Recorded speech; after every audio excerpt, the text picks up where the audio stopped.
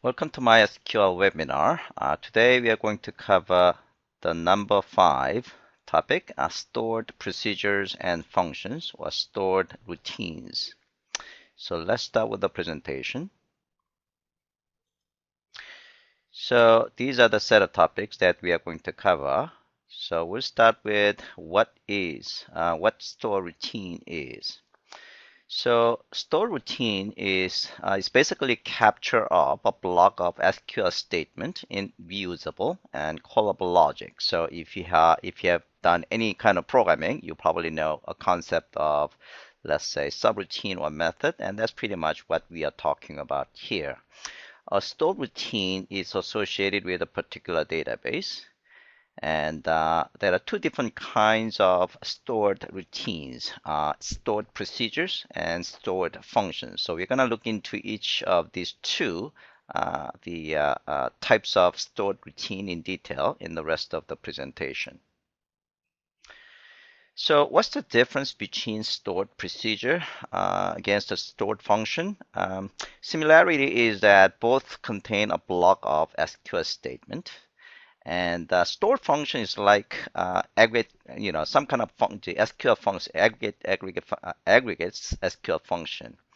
So stored function must return a return value, while stored procedure doesn't have to. And stored function cannot use SQL statement that return result set. And stored function cannot use SQL statement that perform transactional commit and callbacks. And the stored functions are called with a select, while stored procedures are called with call statement. So you can see later, you are going to see later on, stored functions are mostly actually deal with, for example, like the simple numerical functions and things like that, or string functions, string manipulation functions. Okay, so advantages of using stored procedure or stored function is, of course, precompiled execution. And because it's actually residing on the server, so it's precompiled, so it's going to actually result in a faster performance. And it's reduced client-server traffic because the logic is captured in a single stored routine, so you don't have to send the multiple the SQL statement to perform what can be captured in a stored routine.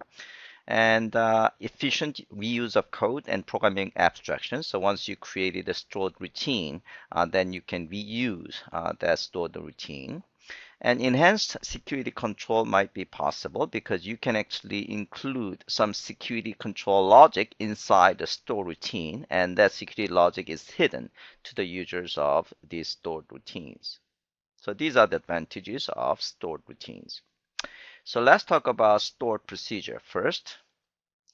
So the body of a stored procedure can contain SQL statement, and it could contain variable definitions, conditional statement, and loops and handlers. So we're going to see all these examples in the rest of the presentation.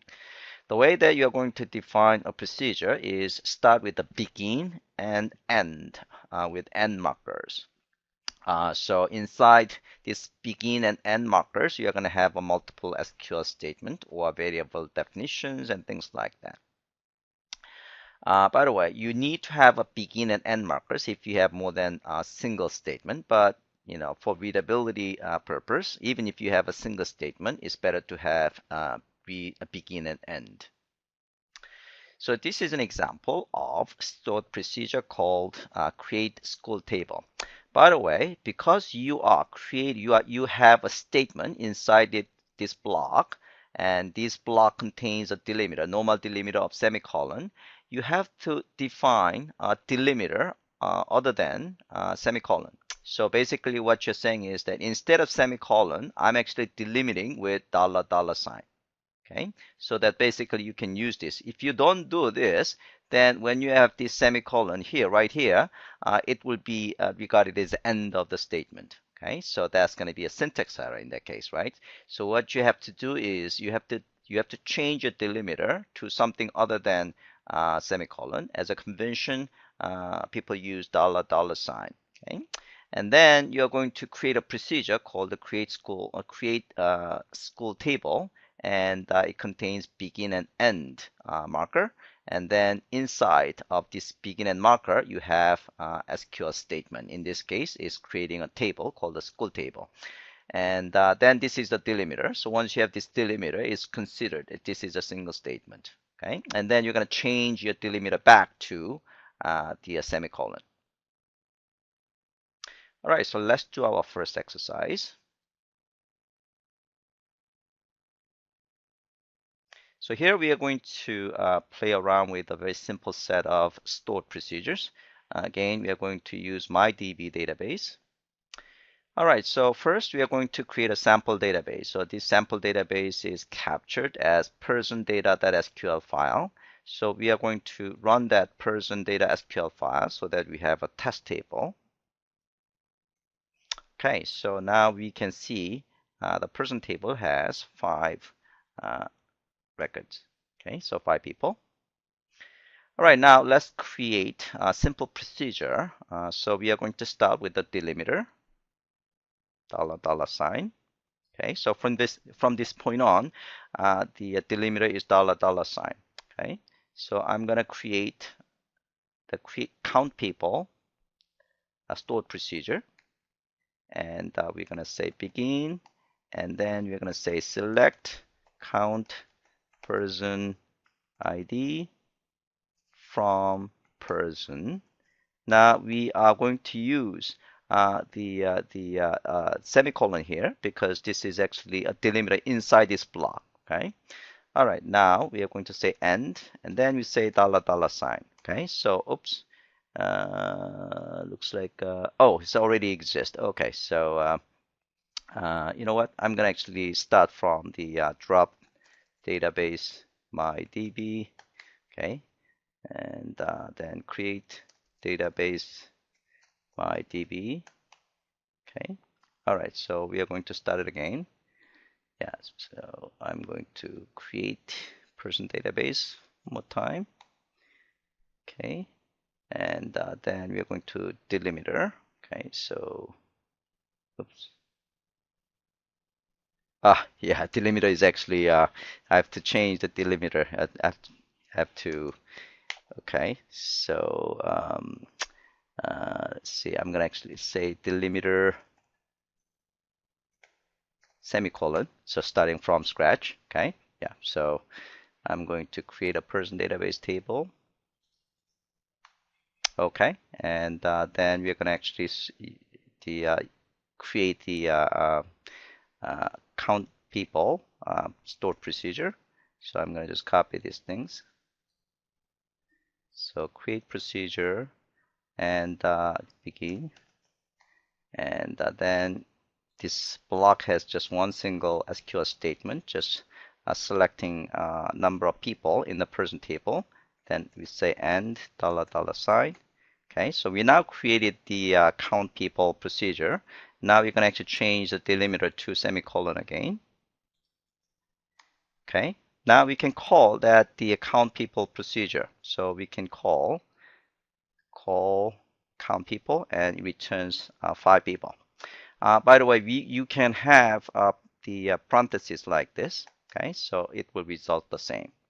Now, if you want to actually see the contents of a particular the stored procedures, you can use the show command. So here, what you're saying is that I want to see the stored procedure, the contents of a stored procedure called count people. Okay, so I'm going to just copy this command, and then you can see it contains the stored procedure block. Okay. All right, the next one is we are going to create another simple stored procedure. In this case, we are going to create a 2. So this is the SQL file. So here we change the delimiter to $$sign, and then we created a 2 stored procedure. One is called the create school table. The other one is called the drop school table. So here we are going to actually call this one, and it will create the school table, and then this is going to drop it. Okay. All right, so we are going to run that SQL file.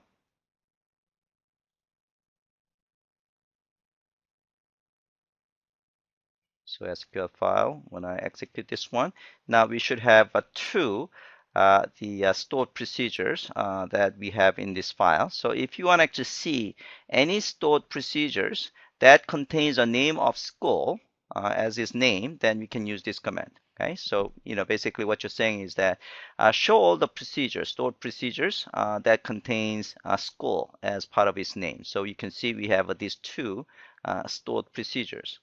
Okay. If you want to see all the procedures, then you can say just show procedure status. So here we are going to, show procedure and status. Okay, so we should have a 3, okay, because in exercise 1, we have created a count people procedure. Okay, so this is the one that we just have created. All right, so let's actually execute.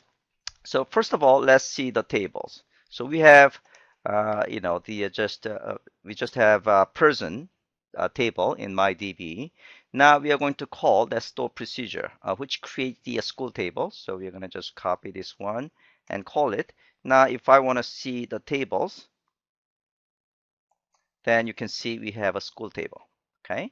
Now we're going to actually call the drop school table store procedure. So call drop school table, and then if you actually see the list of tables, and we can see the school table is dropped. Okay, so pretty straightforward. All right, so let's move on to the next exercise.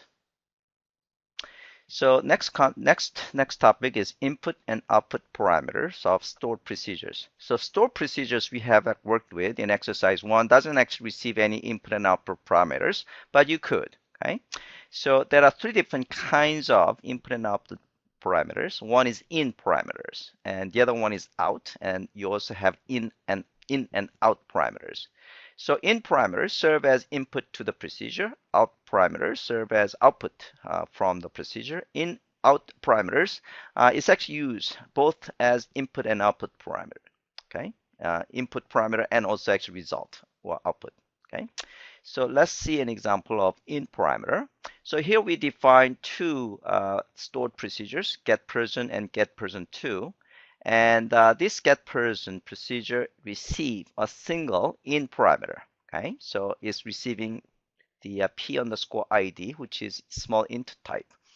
And then you can use this p underscore id in your logic. So here in this case, basically what you're saying is that I like to get all the person records whose person ID is the value that was entered here. So it's going to return just 1, right? Okay. This is the case that we receive, the procedure receive 2 input parameters. So here, person ID as well as age. So here, basically what you are saying is that I like to get all the persons whose person ID is greater than past PID and age is greater than 10. Okay, so that is in case. Out case is in this case, you are going to use this particular parameter as output. Okay, so basically this value will be set inside your logic. So in this case, what we want to do is we want to find the first name of a person whose person ID is the past person ID, and then the first name will be assigned into this output parameter f name. Okay, so once this procedure is executed, the f name should be set as first name of the person that was found. Okay, so in this case, we are going to call this the get person name procedure. So this is in parameter and this is output parameter.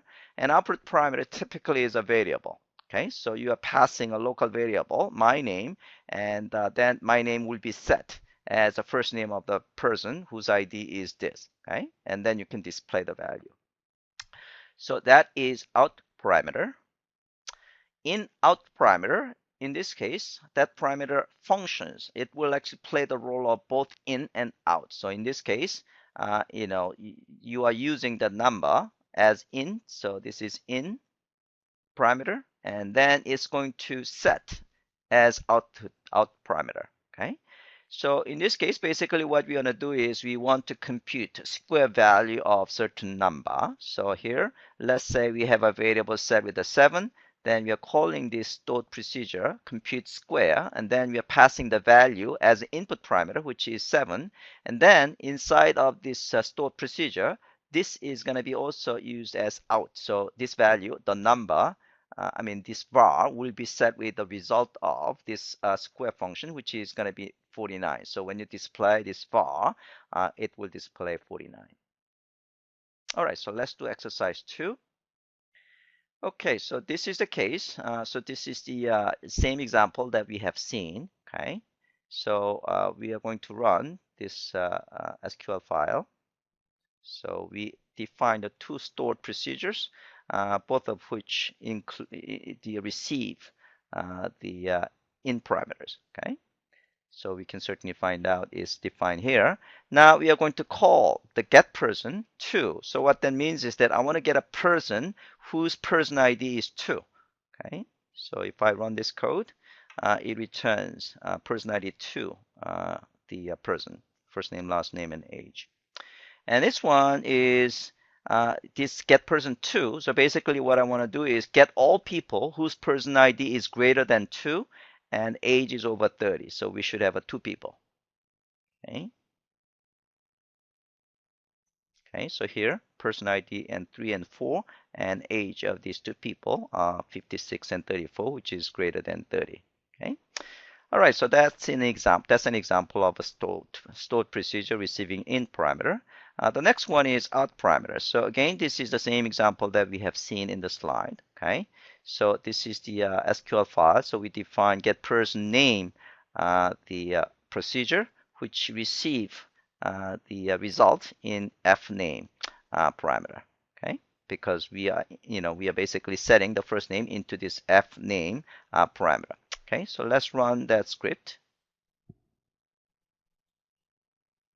Okay, now we are going to run this code.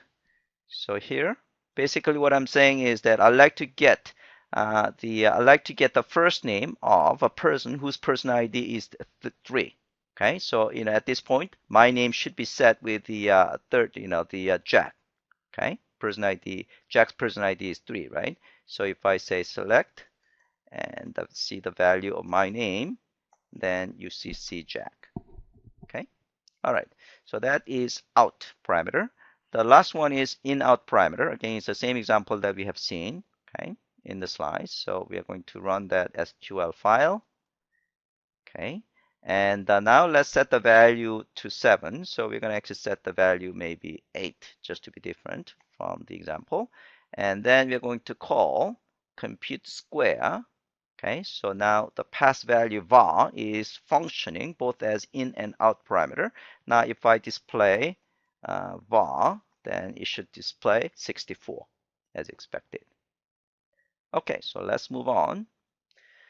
Exercise, the next one is stored function. So far what we have looked into was stored procedures. So now let's look into stored functions. So stored function has to return some value as we talked about, okay? But the way that we are going to define it is going to be somewhat similar, except that you have to provide the returns and the type of it, and also it should actually return some value, okay? So here we define a compute square function, okay? And it could, by the way, store function can receive only an in parameter, okay? Because it's returning inside this logic, okay? There is no out parameter. It's always in, okay? So this is basically computing the square value of the entered passed value and return it. And this is float. So this is the case that we are computing the area of a circle. So it's receiving radius, and then we are just computing the area, and the type is going to return is float. Okay, and then this is the way that you're going to call that stored function. Again, another difference between stored procedure versus stored function is that stored function has to be called with a select. That's the reason stored function is like a regular built-in SQL function. Okay, so regular built-in SQL function, you use select, right? So same deal here. So here, when I call the compute square function passing 3, it will return 9. And here, when I return radius 3, and it will return the area of the circle. All right, so exercise 3. So that's pretty much what I have in the file. Okay, so it's the same thing. So let's actually run that SQL file. Okay, so we now have the compute square function. So we are going to compute this one, and let's just say 6. Okay, and then it will return 36. And here we are going to compute the area of circle, maybe 7. Okay, and this is the area of circle. All right. Now, if you try to call stored function, okay, with a call, then you will experience an error condition like this. Okay, so you can call only stored procedure with call, and stored function has to be called with a select statement. Okay. Now, in order to drop a function or procedure, basically what you're going to do is you're going to do is just using drop. Okay, so same thing as database or table. Basically using drop. So here I'm just dropping this function, and also I'm dropping this function as well. Okay, same thing with the procedure. All right. Okay, so the next one is that you can actually pass return the value in the format of, with the some specified format. So in this case, I'm returning some data format, and that is now is actually built-in function, and then I like to return with with this format. Okay, and this one is our the basically hour and the second and things like that. So let's actually run this guy. So the function of this one is like a today date and today time. Okay, and basically what I like to get back is a string var character type with predefined format. Okay, so now if I run this guy, today's date, then it should be the format of this. Okay, and if I want this today's time, and then you should actually return the format as I specified. The another interesting thing you can do is that you can actually manipulate table even within functions. Okay, so as long as the function returns value. Okay, so in this case, basically what I did was I created insert a person function. Okay, and then these are the values that I want to use as a record, new record. So I'm basically receiving these things, and then I insert that record into a person table using insert statement, and then I return 1. Okay, and this is the case. So as long as I am returning something, you can in fact have some SQL statement. Okay. Right, so this is the case that I'm actually adding a record to a person table, and this is the case I'm dropping a record from a person table. So I'm dropping a record whose person ID is the past PID. Okay, so let's run this SQL file, and we are going to see, so let's actually take a look at the table. So here from person, so we have 5 people. Now we're going to insert a person, okay, by using this insert person function. So now these are the values of newly created record. Okay, so now if I see the person table, then you can see a new record has been added. Okay, now I'm going to drop that person, or actually not the same person, but I'm actually dropping whose person ID is 3. So it's going to drop this Jack from the person table. Okay, so let's try that. Oops, not this one. Select, delete, person, and 3.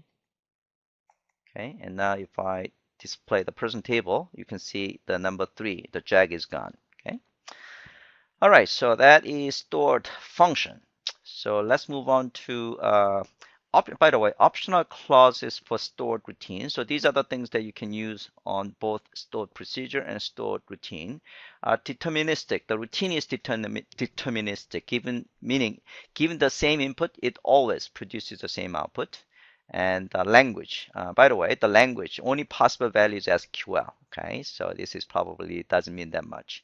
SQL security specifies which users' privileges should be considered when executing the routines. Okay, so you can certainly have some security associated with those functions, and these are just common. All right, so built-in functions. So, these are the built-in stored functions, in fact, average, max, mini, count, and sum. Okay, so, these are the things that we actually looked into before. And mathematical functions, ceiling, ABS, pi, random number, square root, and power, and things like that. And also string functions. Okay, so you can think of all these as built-in stored functions. All right, so let's try with the some stored functions. So here, we're basically displaying the average value of the person's age. Okay, so this average age is 40.2, and let's just try this count. Basically, we should have 5. Okay, and the sum, yeah, basically summing up all the age values. Okay. Mathematical functions. So let's take a look at the ceiling and floor. So let's try these things.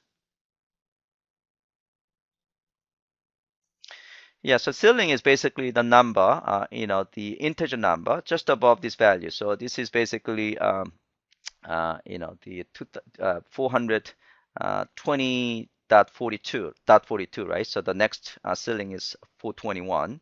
And the floor is actually the number, integer number just below this. So it should be 5.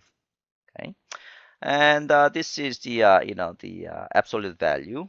Okay. And this is pi. And this is random number. And this is the square root. Okay. And this is power.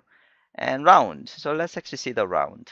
So in this case, I'm going to display 4 rounded values. So here, if I, this one, so this value is basically the you can have a negative value and the positive value or negative value at the second parameter, and that's basically the indicating the position.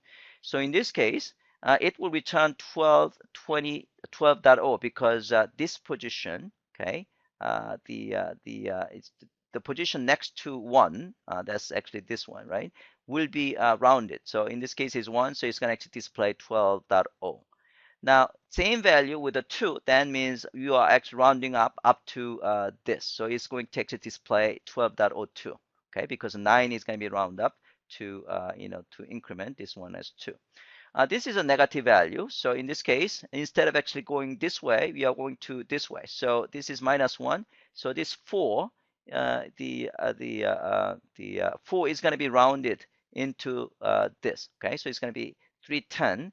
Now, if you say -2, and then this value will be rounded, okay, to 300. So it's going to be 300. Okay, so let's just run these things.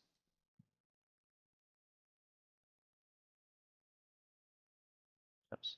Okay.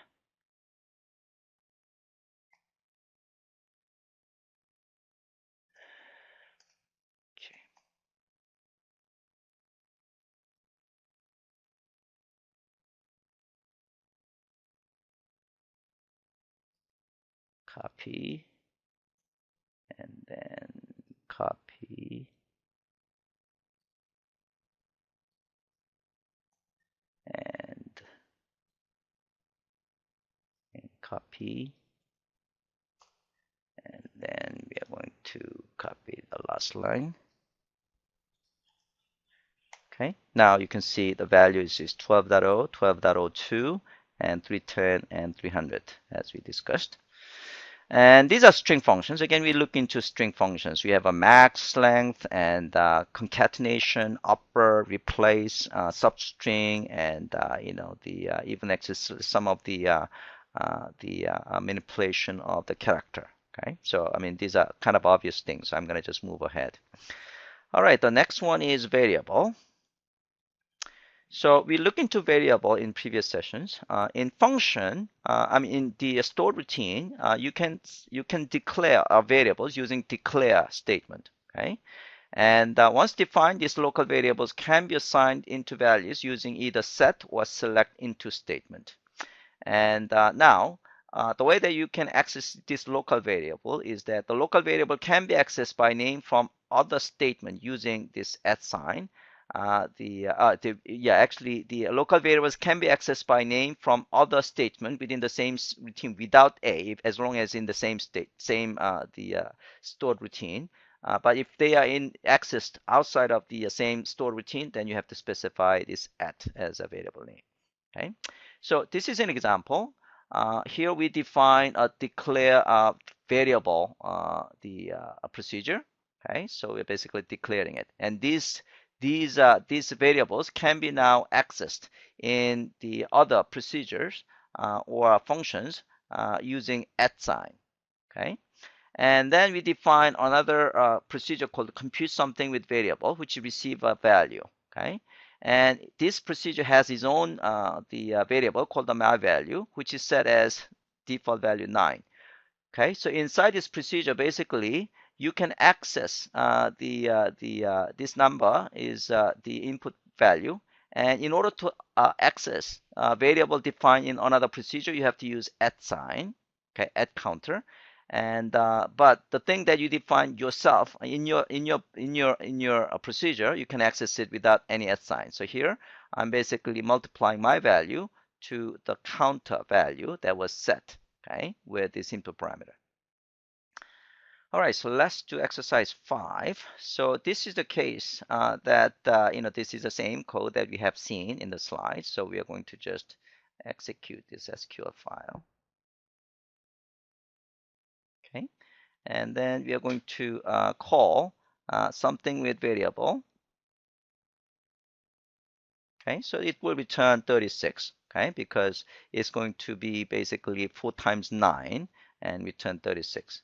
And this one is going to be the Control-C, copy, and it's going to be 45, okay, because number 5 will be multiplied by 9, okay. All right. And here you can declare and use local variables in stored functions. So this is a case that we have used the variables in local procedure and in stored procedure, and this is a case that we are using it in stored function. Okay, so you can use a variable in both the stored procedure and stored function. So we declare my pi, which is a float type, and its a default value is pi. Okay, and then basically we are returning the area of it. Okay, so we are going to execute that SQL file.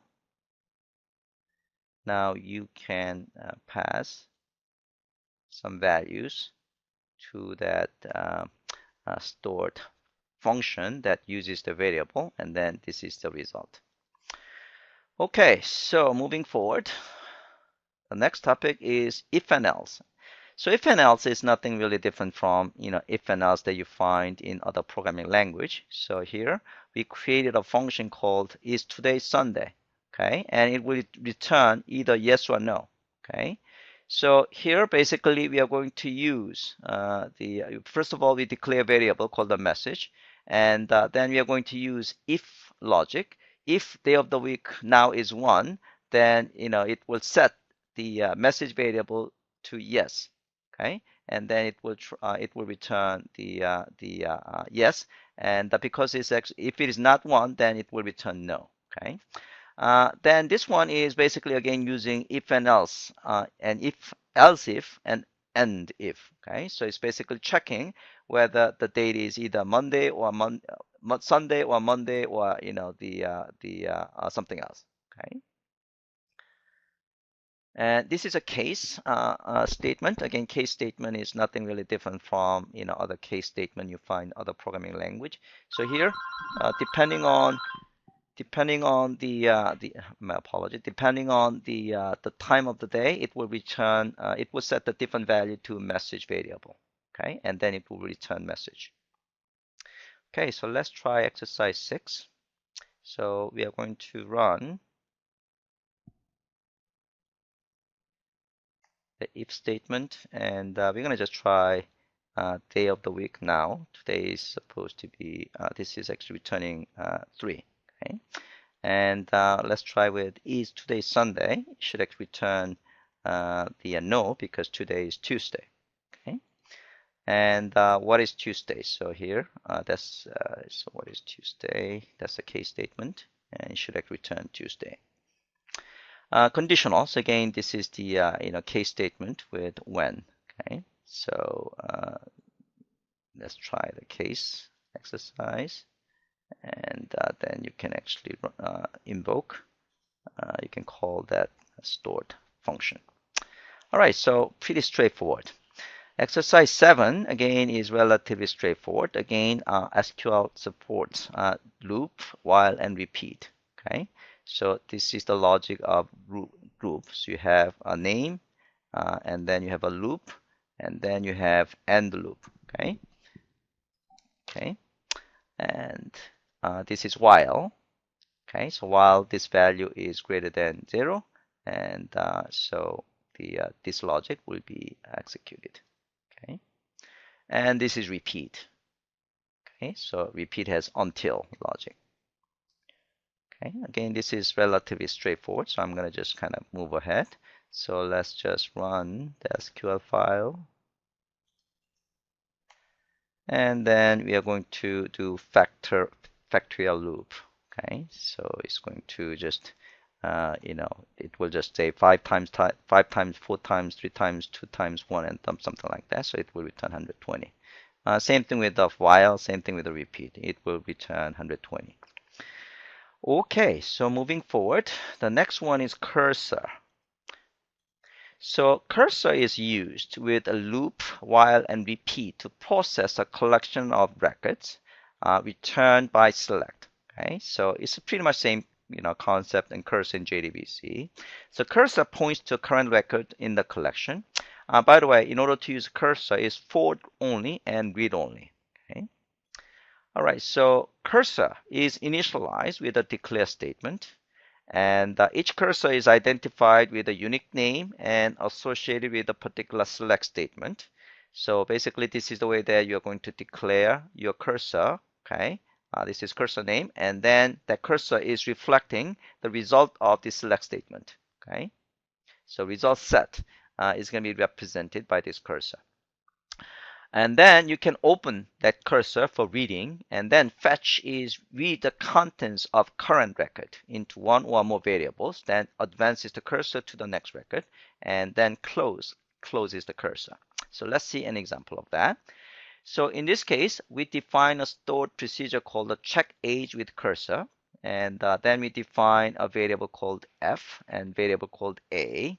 And then we declare cursor. So the cursor is representing result set of first name and age from this person table.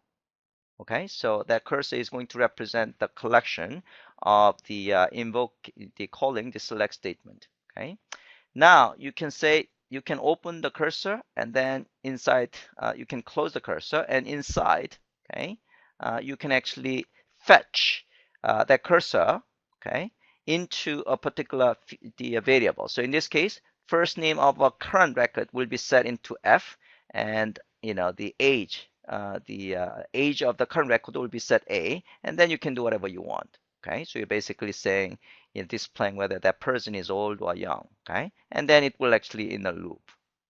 Okay, so that's the way that you're going to use a cursor. So let's try the cursor. So this is again same example that we just saw in the slide. So we are going to execute that SQL file. So now we have defined a stored procedure that uses a cursor, and then we're going to call that cursor. So for that people, okay, right? So we have basically each person of the person table will be displayed, meaning first name and age will get displayed, okay? Because that's the select statement that we have here, okay? So, the first name and age, and then we just check whether that person is in fact old or young, depending on the person is over 60 years old or not, okay? All right, so that's the cursor. The last topic is handler. So handler is basically handles error conditions in stored procedures. So the way that you are going to define a handler is that you declare error condition that you want to handle, and then you declare a handler for that particular named error condition. There are two different types of handlers. One is exit handler. So exit handler handles the error and that exit with an error, when an error occurs. Continue handler, on the other hand, handles the error, but it will continue it will continue the processing. Okay. So error conditions, you can actually go to this website and there are many MySQL error codes. Okay. So, error 1329 is basically 0 rows fetched, selected, or processed.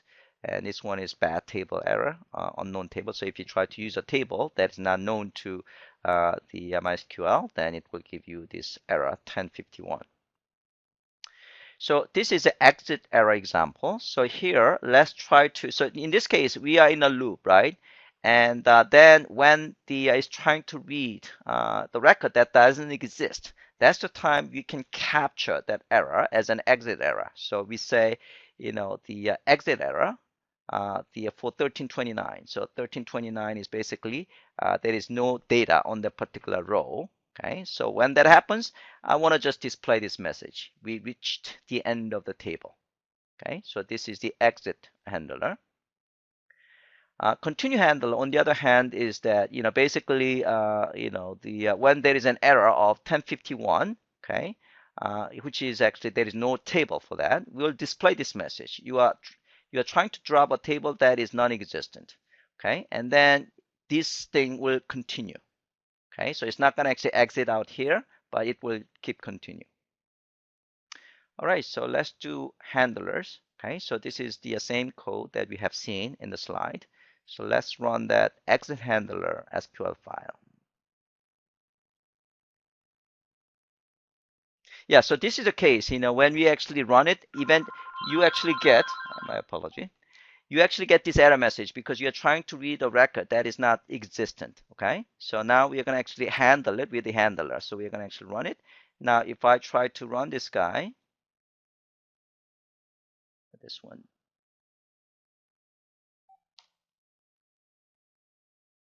and then we call it, okay, then we should not actually see any error condition. Instead, we are going to see wait a minute. Yeah, so here, this is the message.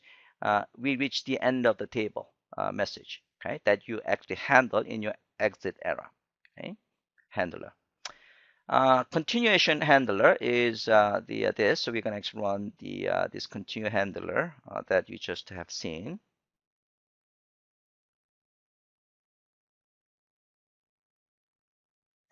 Okay, and then we're going to call it.